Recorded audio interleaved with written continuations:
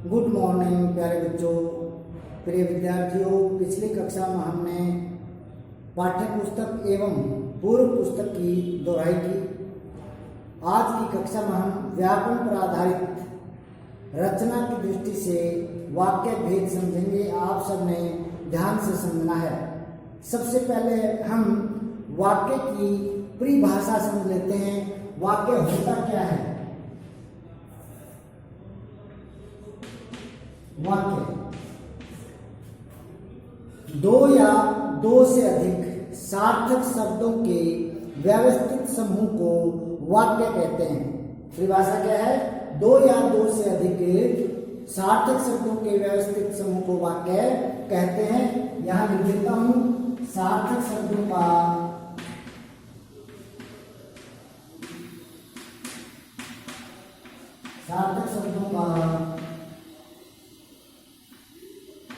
व्यवस्थित समूह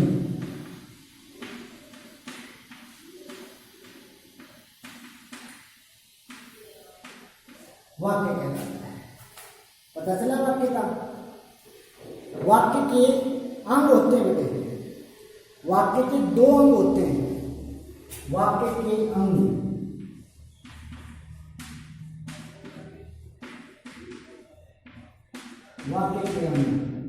तो वाक्य के दो अंग होते हैं। पहला होता है उद्देश्य, दूसरा होता है विधेय। उद्देश्य और विधेय। उद्देश्य वाक्य में जिसके बारे में कहा जाए, इसके साथ क्या लगेगा? वाक्य में जिसके बारे में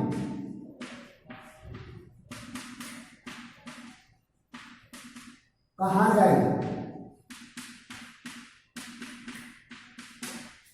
वाक्य में जिसके बारे में कहा जाए वह उद्देश्य कहलाता है। और विधेय क्या होता है? उद्देश्य के बारे में। किसके बारे में? उद्देश्य के बारे में।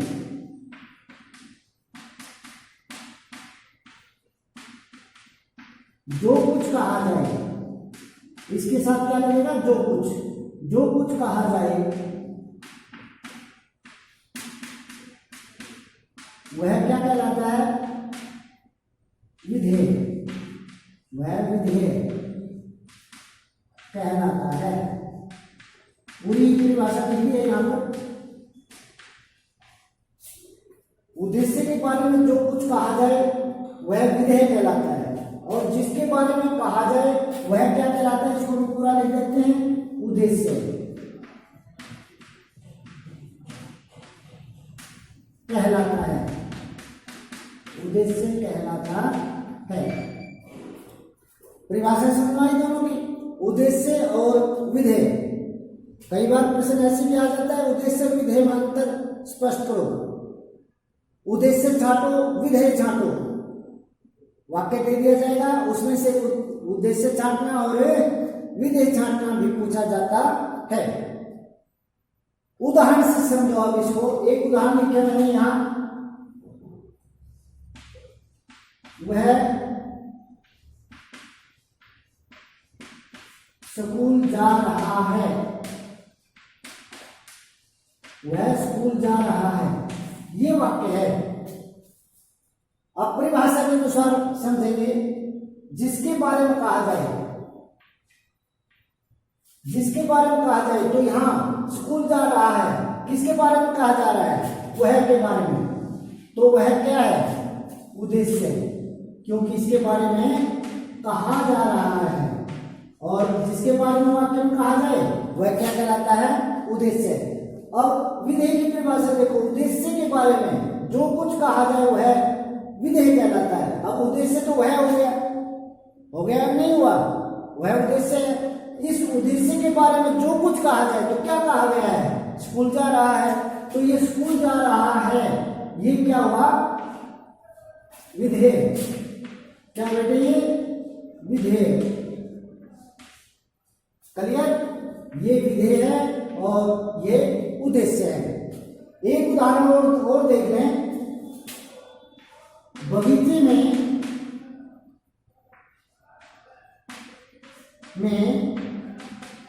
खिले फूल देखकर, फूल देखकर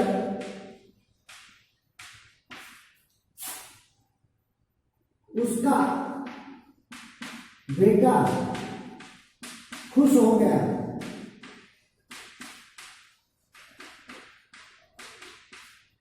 खुश हो गया। अब ये वाक्य जरूरी नहीं है कि वाक्य छोटा ही आएगा, उद्देश्य विधेय छाटना पूछा जाए छोटा वाक्य आएगा, बड़ा भी आ सकता है। और जरूरी नहीं है कि उद्देश्य शुरू में ही आएगा, बीच में भी आ सकता है। देखें, बगीचे में खिले फूल देखकर उसका बेटा खुश हो गया। अब आप ये बताएंगे जिसके बारे में कहा जाएगा, किसके बारे में कहा गया है? बगीचे में खिले फूल देखकर खुश हो गया, किसके बारे में कहा गया? कौन खुश हो गया? उसका बेटा। तो ये उसका बेटा, इसके बारे में कहा गया ना, तो ये क्या हुआ? उद्देश्य। क्या हुआ बेटी? ये उद्देश्य है। और ये उद्देश्य बीच में आया है, आरंभ में नहीं आया, शुरू में नहीं आया। ये भी ध्यान रखना, बीच में भी आ सकता है। आपने इतना ध्यान रखना है जिसके बारे में कहा जाए, तो उसका बेटे के बारे में कहा है, उसके बेटे के बारे में, तो उसका बेटा क्या है? उद्देश्य। और उसके बेटे के बारे में जो उद्देश्य है, उसके बारे में जो कहा, तो क्या कहा? बगीचे में खिले फूल देखकर खुश हो गया। आधा भाग ये और आधा भाग ये क्या बन जाएगा? बगीचे में खिले फूल देखकर खुश हो गया। ये क्या बनेगा? विधेय। चलिए, जिसके बारे में वाक्य में कहा जाए उद्देश्य, और उद्देश्य के बारे में जो कुछ कहा जाए विधेय। ये आपने उदाहरणों के माध्यम से समझा। अब समझते हैं रचना की दृष्टि से वाक्य भेद।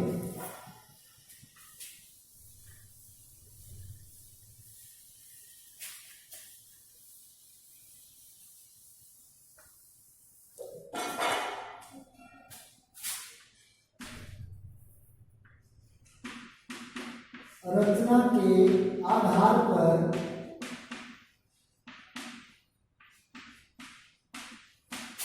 वाक्य भेद।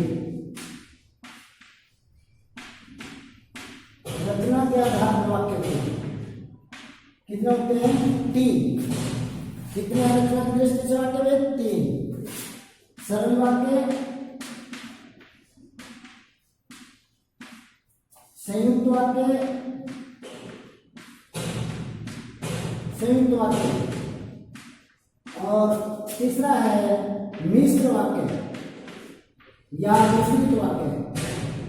मिश्र वाक्य या मिश्रित वाक्य, ये है रचना के आधार पर 3 भेद। पहला सरल वाक्य, दूसरा संयुक्त वाक्य, तीसरा मिश्र या मिश्रित वाक्य।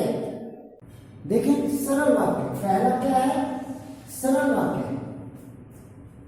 परिभाषा समझेंगे अच्छे से। जिस वाक्य में एक से अधिक उद्देश्य तथा एक विधेय और एक ही मुख्य क्रिया हो, उसे सरल वाक्य कहते हैं। जैसे देखो, रमा व लता गाना सुनाएंगी।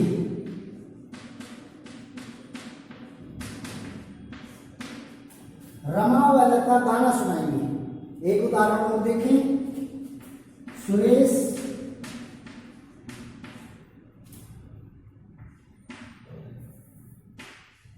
खाना खाकर सो गया। 2 उदाहरणों से सरल वाक्य समझे। रमा व लता गाना सुनाएंगी, 2 है इसलिए सुनाएंगी आ गया। अब मैंने क्या बोला परिभाषा में? उद्देश्य एक से अधिक हो सकते हैं। तो उद्देश्य का मतलब कर्ता। उद्देश्य का मतलब क्या है? यहाँ कर्ता, काम करने वाला।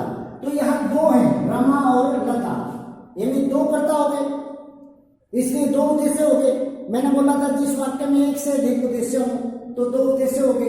एक विधेय हो तो गाना कर्म है, तो कर्म विधेय के अंदर आता है। सुनाएगी एक मुख्य क्रिया हो तो सुनाएगी क्या है? एक मुख्य क्रिया है। हमारी परिभाषा पर ये वाक्य खरा उतरता है, इसलिए ये सरल वाक्य है जिसमें एक से अधिक उद्देश्य, एक विधेय और एक मुख्य क्रिया हो, सरल वाक्य कहलाता है। देखो, सुरेश खाना खाकर सो गया। कौन सोया? सुरेश। एक उद्देश्य है, यानी कर्ता एक ही है। सो गया, सो गया मुख्य क्रिया है, इसलिए कि मुख्य क्रिया है, ठीक है। और खाना खाकर, ये क्या है? ये विधेय है। ये क्या है? विधेय। एक विधेय हुआ, यानी कि पूरा का पूरा ये विधेय आ जाता है। मुख्य क्रिया भी विधेय में गिनी जाएगी, कहीं ऐसा तो मुख्य क्रिया अलग गिनी जाएगी। मुख्य क्रिया चाहे यहाँ है चाहे यहाँ है, वह विधेय में ही मानी जाएगी, ठीक है। और कर्ता चाहे एक है दो है, वो उद्देश्य में माना जाएगा। उसका अगर विस्तार है, जैसे मान लिया यहाँ ये होता रमेश का भाई सुरेश,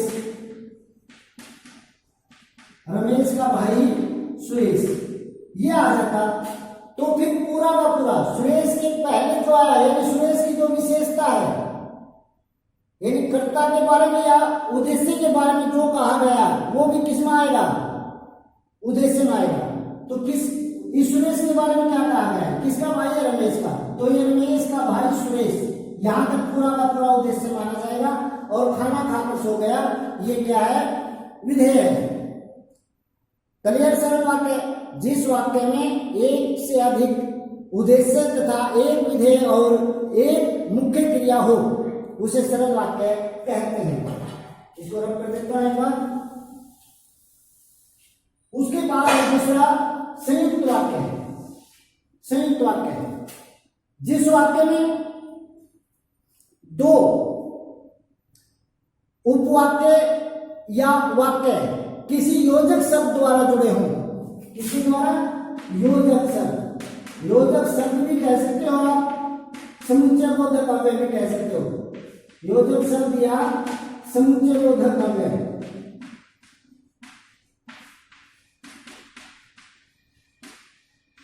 समुच्चय बोधक अव्यय जिस वाक्य में दो वाक्य, उपवाक्य या वाक्य किसी योजक शब्द या समुच्चय बोधक अव्यय द्वारा जुड़े हों, उन्हें संयुक्त वाक्य कहते हैं। क्या कहते हैं उसे? संयुक्त वाक्य। जिस वाक्य में दो वाक्य या उपवाक्य योजक शब्द या समुच्चय बोधक अव्यय द्वारा जुड़े हों, उसे संयुक्त वाक्य कहते हैं। जैसे देखो, उदाहरण देखेंगे पहले, एक पहला उदाहरण देखें। राम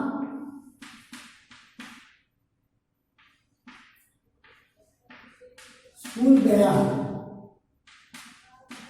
लेकिन श्याम नहीं गया। श्याम नहीं गया। बच्चे परिश्रम करते हैं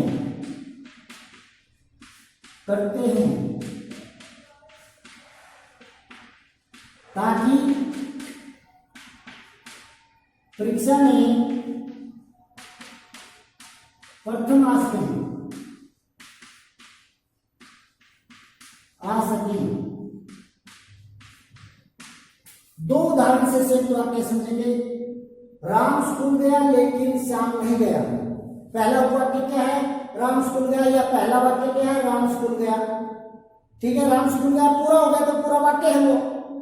श्याम स्कूल नहीं गया, श्याम स्कूल नहीं गया, यहां स्कूल नहीं है तो उपवाक्य मानेंगे। इसको वाक्य मान लो या उपवाक्य मान लो, ठीक है। और ये किससे जुड़े हैं? लेकिन से। राम स्कूल गया लेकिन श्याम स्कूल लिख दे, यहां स्कूल नहीं गया। तो ये दो वाक्य या उपवाक्य किसके द्वारा जुड़े हुए हैं? लेकिन के द्वारा। और लेकिन क्या है?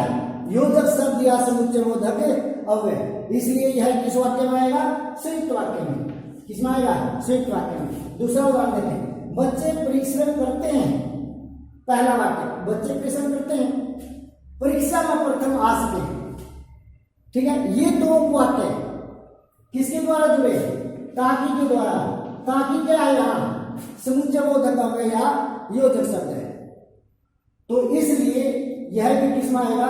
संयुक्त वाक्य में आएगा। दोनों उदाहरण किसके हैं? संयुक्त वाक्य से। वाक्य के हैं, मोहन स्कूल नहीं आया क्योंकि बीमार है। आप चाय लेंगे या कॉफी कॉफी, ये भी संयुक्त वाक्य। आप चाय लेंगे, आप कॉफी लेंगे। इन दो वाक्यों को किसने अलग कर दिया? यानी समुच्चय बोधक में भी वाचक भी आता है, संयोजक भी आता है, विकल्पक भी आता है। तो ये विकल्प हो गया, आप चाय लेंगे या कॉफी। वाक्य तो एक ही है, लेकिन उसको जोड़ा किसने है? या ने। आप चाय लेंगे या कॉफी, आप चाय लेंगे, आप कॉफी लेंगे, इसको एक वाक्य बना दिया, आप चाय लेंगे या कॉफी। तो ये संयुक्त वाक्य बन गया है, यहां से जुड़ गया है। क्लियर? आगे देखेंगे, इसको रख कर देता हूं एक बार।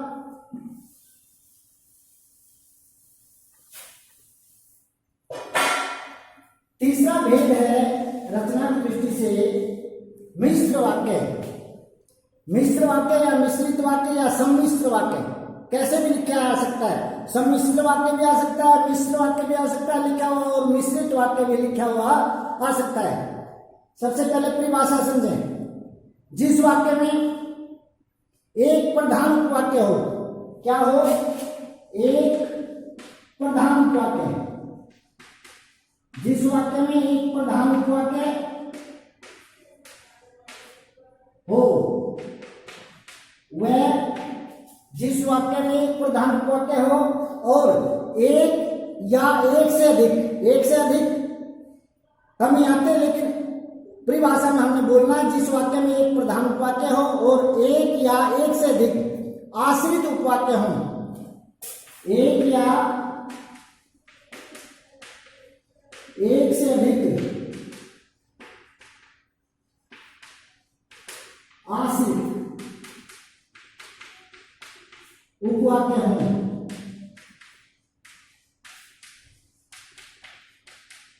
उसे क्या कहते हैं?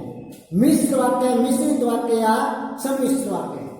दोबारा फिर परिभाषा देखें। जिस वाक्य में एक प्रधान उपवाक्य हो एक, और एक या एक से अधिक आश्रित उपवाक्य हो, उसे मिश्र वाक्य कहते हैं। उदाहरण देखें। जो लड़का कल आया था, वह आज बाजार में मिला। बाजार में मिला। पहला उदाहरण। दूसरा उदाहरण देखें। महात्मा गांधी ने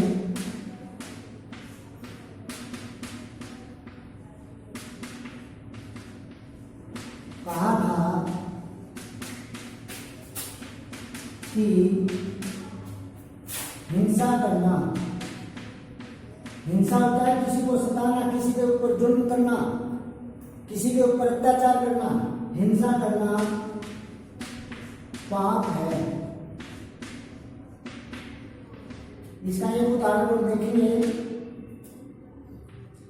जब मैं स्टेशन पर पहुंचा,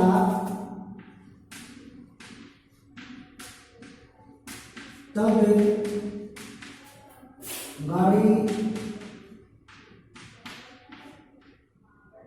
गाड़ी